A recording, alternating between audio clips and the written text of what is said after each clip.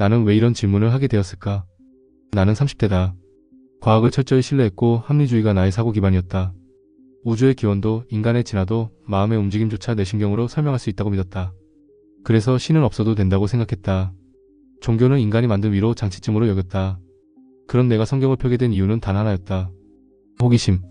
어떤 사람이 내게 말했다. 진짜 하나님은 인간이 만든 상상이 아니라 인간을 만드신 존재야. 한번 제대로 알아볼래? 그 말이 이상하게 내 안에 남았다. 그래서 시작했다. 성경이라는 책 그 시작을. 1. 하나님의 형상으로 창조되었다. 창세기 1장 27절. 하나님이 자기 형상 곧 하나님의 형상대로 사람을 창조하시되 남자와 여자를 창조하시고. 창세기 1장 27절. 나는 인간을 복잡하게 진화된 동물이라 여겼다. 우연한 돌연변이 생존 경쟁 자연 선택의 결과. 그걸 믿어야 합리적이라 생각했다. 그런데 이 구절은 전혀 다른 걸 말하고 있었다. 인간은 하나님의 형상으로 창조되었다. 단지 생존하는 생물이 아니라 창조주의 이미지를 담은 존재라니. 처음엔 어처구니 없었다. 그런데 동시에 묘한 울림이 있었다. 왜냐면 나도 내 안에 뭔가 설명할 수 없는 존엄함, 의미, 갈망 같은 걸 느껴왔기 때문이다. 그게 단순한 뇌의 전기 신호라고? 왜 그 신호는 나의 존재 의미 같은 질문을 자꾸 묻게 하지? 나는 그 질문 앞에 잠시 멈췄다. 이 선악과를 왜 두셨을까? 창세기 2장. 선악을 알게 하는 나무의 열매는 먹지 말라. 내가 먹는 날에는 반드시 죽으리라. 창세기 2장 17절. 이 구절은 더 혼란스러웠다. 전능한 신이 왜 굳이 금지된 열매를 만들어 두었을까? 그냥 그런 유혹 자체를 없애면 되잖아? 그런데 누군가 내게 이렇게 설명했다. 그 나무는 단순한 시험이 아니라 보이지 않는 존재의 정체를 드러내기 위한 기준이었어. 그 말이 꽂혔다. 창조주 하나님은 이미 알고 계셨단다. 거짓의 존재, 언젠가 인간을 찾아와 속일 존재가 반드시 등장할 거라는 걸. 그래서 하나님은 선악과라는 기준을 미리 주신 것이다. 이 나무 열매를 먹으라고 속삭이는 자가 있다면 그게 바로 내 진짜 적이야. 나는 이 설명에 소름이 돋았다. 왜냐면 지금도 내 안엔 늘 들리는 소리가 있다. 너 마음대로 해. 내가 판단 기준이야. 하나님 없어도 돼. 그게 그때 그 뱀의 말과 똑같았기 때문이다. 3. 그 말 지금도 들려온다. 창세기 3장 15절. 너희가 결코 죽지 아니하리라. 너희가 그것을 먹는 날에는 너희 눈이 밝아져서 하나님과 같이 되어 선악을 알 줄 하나님이 아시느니라. 창세기 3장 4절에서 5절까지. 그 뱀이 드디어 등장했다. 그리고 정확히 예고된 그 말로 유혹했다. 하나님처럼 될 수 있어. 내가 내 인생의 기준이야. 하나님 없어도 너는 충분히 잘할 수 있어. 나는 그 말이 지금 이 시대에 여전히 울려 퍼지고 있다는 걸 느꼈다. 너는 내가 옳다고 믿는 걸 하면 돼. 내가 원하는 대로 살아. 지금이 기회야. 내 안의 욕망을 억누르지 마. 내가 중심이야. 나는 이런 말을 철저히 자기 주도적인 삶이라고 생각해왔다. 하지만 이상하게도 그럴수록 마음은 더 혼란스럽고 불안해졌다. 정말 이게 자유인가? 아니면 보이지 않는 무언가에게 조종당하는 건가? 4. 하나님은 알고 계셨다. 창세기 3장 14절에서 15절까지. 아담과 하와가 타락했을 때 나는 솔직히 하나님이 진노로 끝장을 내실 줄 알았다. 그런데 의외였다. 하나님은 그 뱀에게 처음으로 복음을 선언하셨다. 내가 너로 여자와 원수가 되게 하고 너의 후손도 여자의 후손과 원수가 되게 하리니 그는 내 머리를 상하게 할 것이요 너는 그의 발꿈치를 상하게 할 것이니라. 창세기 3장 15절. 이 구절은 내 인생을 완전히 바꿔 놓았다. 여자의 후손, 인간으로 오실 구원자, 곧 예수이신 그리스도. 뱀의 머리를 상하게 한다. 사탄의 근본을 짓밟고 끝낸다는 약속. 하나님은 단순히 문제를 지적하신 것이 아니라 직접 그 문제를 해결할 계획을 즉시 선언하셨다. 그 누구도 할 수 없는 방식으로. 하나님 자신이 인간으로 오셔서 죽음을 이기고 거짓의 뿌리를 무너뜨리는 방식으로. 5. 그 예언은 실제로 이루어졌다. 복음서의 이야기. 창세기 3장 15절. 여자의 후손이 뱀의 머리를 상하게 할 것이다. 나는 이 말을 처음 들었을 때 그냥 상징이겠지 했다. 그런데 성경은 이 예언을 역사의 한 시점에서 실제 사건으로 설명하고 있었다. 하나님은 진짜 인간의 몸을 입고 이 땅에 오셨다. 그 이름이 예수.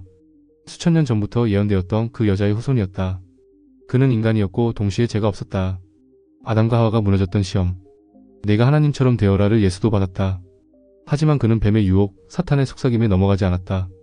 광야에서 사람들 속에서 십자가 앞에서조차. 그리고 결정적인 순간 그는 십자가에서 죽으셨다. 나는 처음엔 이해할 수 없었다. 왜 신이 죽지? 왜 아무 힘도 쓰지 않고 매맞고 조롱당하고 죽지?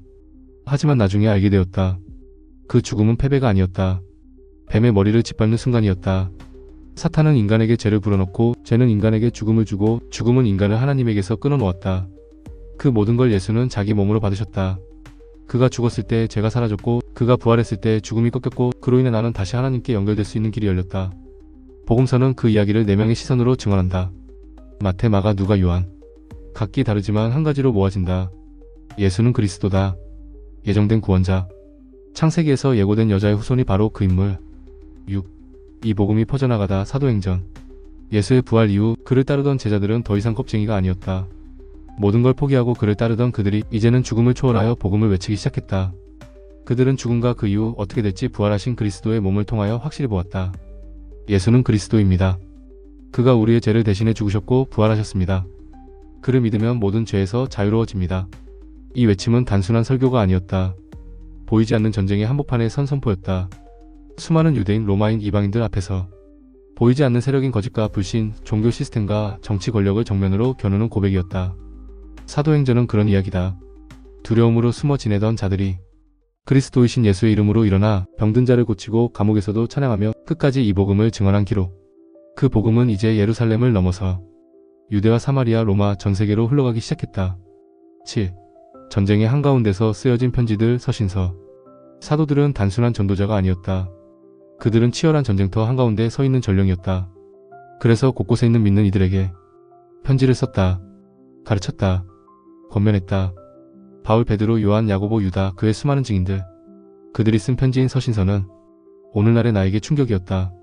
왜냐면 그 속엔 너무나 현실적인 이야기들이 들어있었기 때문이다. 왜 나는 자꾸 흔들리는가? 믿는다 하면서도 왜 낡은 방식대로 살아가는가? 사탄은 지금 어떤 방식으로 교회를 공격하고 있는가? 어떻게 복음 위에 굳게 설 수 있는가? 그들은 이렇게 말했다. 우리는 지금 눈에 보이지 않는 존재와 싸우고 있다. 혈과 육이 아니라 정사와 권세, 어둠의 영들과. 에베소서 6장 12절. 나는 놀랐다. 신약 성경은 철학적인 사변이 아니었다. 현실과 영적 실제를 동시에 직시한 생생한 기록이었다. 8. 전쟁은 끝났고 그러나 아직 끝나지 않았다. 요한계시록. 그리고 마지막 책 요한계시록. 나는 이 책이 너무 상징적이고 추상적이라 이해하기 어렵다고 들었었다.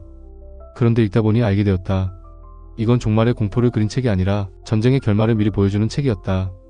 그리스도이신 예수는 다시 오신다.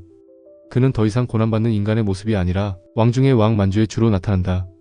그가 오시면 뱀은 완전히 멸망당한다. 거짓은 모두 무너진다. 하나님의 백성은 마침내 눈물, 고통, 죄, 죽음 없는 세계로 들어간다. 그는 사망과 지옥을 불못에 던지시고 하늘과 땅을 새롭게 하시며 그들과 함께 영원히 거하시리라. 나는 이 책이 이렇게 말하는 걸 보았다. 이 전쟁은 아직 진행 중이다. 하지만 끝은 정해졌다. 뱀은 졌고 어린 양이 이겼다. 그리고 나의 결론. 나는 여전히 과학을 좋아한다. 신경과학, 천문학, 물리학. 하지만 이 성경의 이야기를 들은 이후 나는 더 이상 보이는 것만이 전부라고 말할 수 없게 되었다. 그 누가 이 전쟁을 설명해 줄 수 있었을까? 그 누가 인간의 타락과 구속, 회복과 미래까지 이토록 일관되게 설명할 수 있었을까? 나는 이제 알게 되었다. 예수는 단지 종교의 상징이 아니라 보이지 않는 전쟁의 끝을 선언하신 분이라는 것을. 그는 여자의 후손이었고 뱀의 머리를 상하게 하신 승리자였다. 그리고 지금도 나를 부르고 계신다. 나와 함께 하신다. 성령으로.